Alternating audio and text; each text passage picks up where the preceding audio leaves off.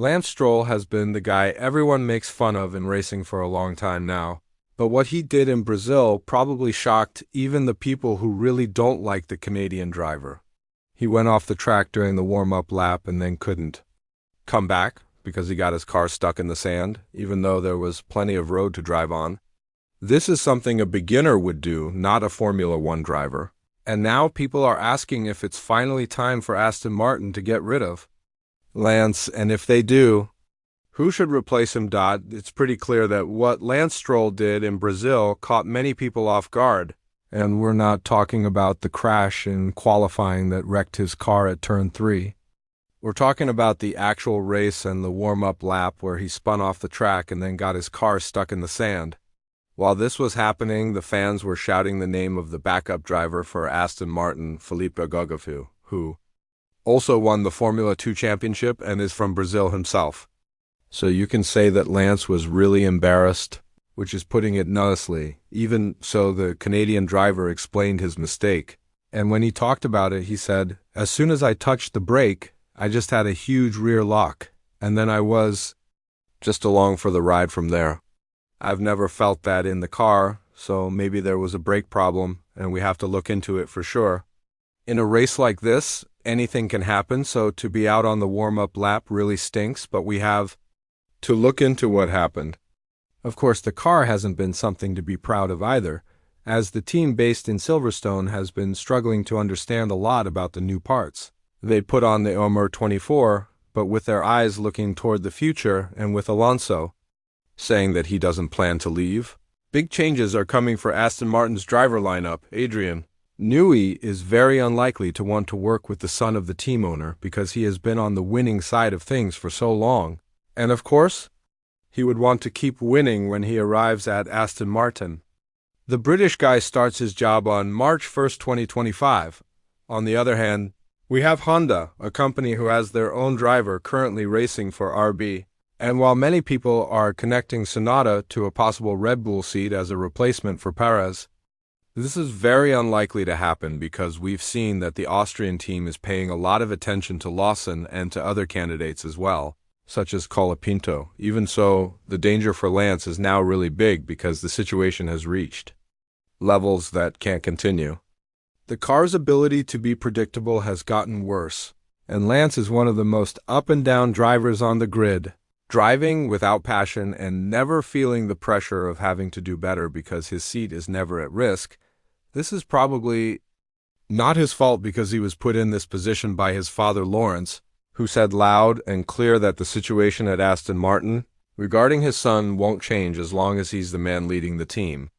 What this means is that Lance has gotten comfortable and created a safe bubble that is very unlikely to be burst, because when you have the support of your father who owns your team, who can go against what he wants? But with the arrival of the power trio made up of Newey, Crack, and Cardile, there is no doubt that they will want to push the team to its limits as much as possible. And there is no doubt that Lance will be the weak link in that mission. We can't question how dedicated Alonso is because he's a man who has given everything to this sport and will continue to do so while he can. But he will need a second strong partner if the team is going to compete for the team championship from 2026 onwards. Right now, a strong candidate is Max Verstappen because even though his performance in Brazil has likely locked up the fourth championship for the Dutch driver, there is something that we keep missing about Red Bull. They are third in the team championship, and Max cannot always count on red flags to save his races.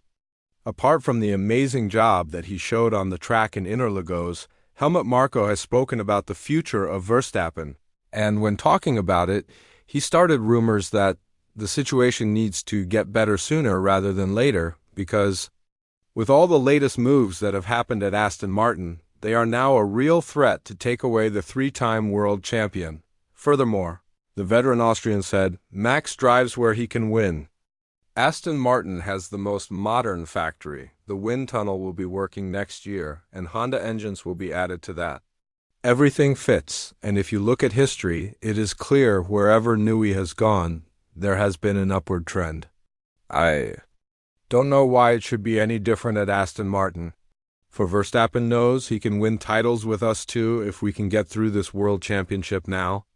Newey cannot start his work until March 1st, 2025, which is already pretty late. The whole team at Aston Martin certainly needs to get used to each other first, and the connection between Honda and Tsunoda will always be something that we can count on in terms of Tsunoda signing a contract with the team that will supply Aston Martin with engines only from 2026 onwards, although Red Bull will have a test with Tsunoda after the Abu Dhabi finale.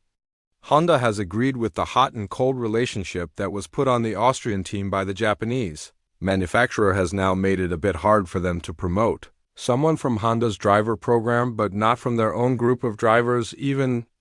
So, Horner has said that Tsunoda will be given a chance to prove himself at the end of this year and to see whether or not he can do what he does best, prove people wrong about his attitude and speed. And when talking about the test, the team boss of Red Bull said, "Yuki is a member of the junior team, and it's something that we have discussed with Honda. He will test the car at the tire test following the end of the season, and it's something that has been agreed upon for quite some time. It will again be good to give him a run and get the chance to work with Red Bull racing engineers and see how he performs in a Red Bull racing car." However, Horner has said how important it is to have Lawson in their family for a longer time because he has now seen a lot of potential in the New Zealand driver. He has scored 2 ninth-place finishes in 2 races with the Faenza-based squad, and the first one in Austin was quite impressive as he started from 19th place. With the temper that Tsunoda has, it will be interesting to see whether or not Red Bull would be ready to invest in him, but it's safe to say that their interests are somewhere else, which just opens up the door even more for Yuki to look for a seat outside of the Red Bull family. And yes, we do need to talk about Drugovich, because while he hasn't been mentioned that much in the past couple of years, he's a driver who won Formula 2 by storm, and ever since he signed with the Silverstone-based squad, his potential has kind of gone down a bit due to the limited time that he has on the track. Drivers like Piastri, Schumacher, and very likely Bortoleto are ones that have gotten a chance in Formula 1 after winning the Formula 2 championship.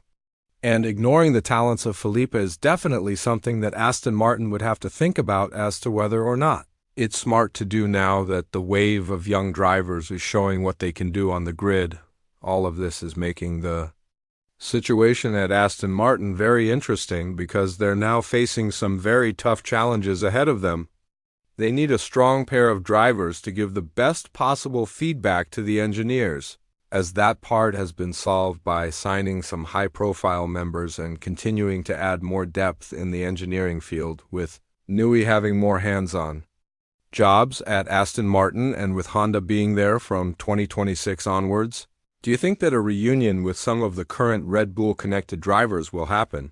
And if so, which driver do you think it will be? Let us know in the comments below. And if you're interested in the biggest upcoming F1 driver changes for 2025, check out the video that's appearing on your screen right now.